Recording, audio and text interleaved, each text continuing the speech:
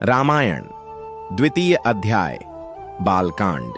नारद द्वारा श्री राम के जीवन का संपूर्ण वर्णन।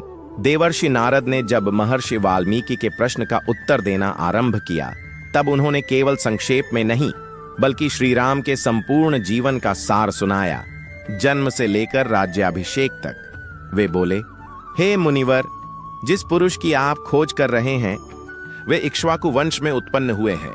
उनका नाम है राम। वे सत्य और धर्म की साक्षात मूर्ति हैं। अयोध्या नगरी का वैभव, सरयू नदी के तट पर बसी अयोध्या नगरी अत्यंत समृद्ध और भव्य थी। वहां के राजा थे दशरथ, पराक्रमी, धर्मज्ञा और प्रजावत्सल।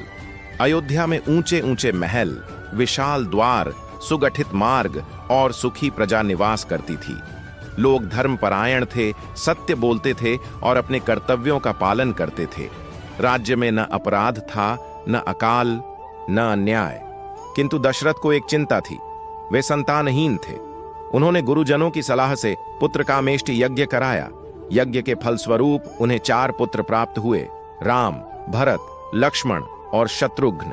श्री राम के दिव्य गुण नारद ने कहा, राम शौर्य और विनम्रता का अद्भुत संगम थे। वे वेदों के ज्ञाता, धनुर्विद्या में निपुण, सत्य प्रिय और करुणामय थे।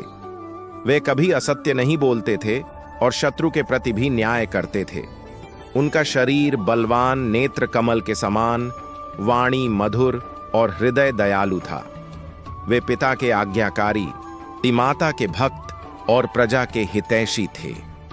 युवराज पद की घोषणा समय बीतता गया। राम के गुणों को देखकर राजा दशरथ ने उन्हें युवराज बनाने का निश्चय किया।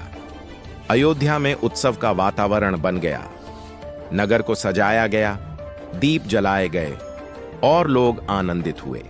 किंतु नियति को कुछ और ही स्वीकार था। कैकेयी के वरदान दशरथ की रानी कैकेयी को उनकी दासी मंथरा ने भड़काया। कैकेयी ने राजा से 2 वरदान मांगे। भरत को राज्य, राम को 14 वर्ष का वनवास। राजा दशरथ शोक से व्याकुल हो उठे। वे राम से अत्यंत प्रेम करते थे, किंतु उन्होंने पूर्व में कैकेयी को वचन दिया था।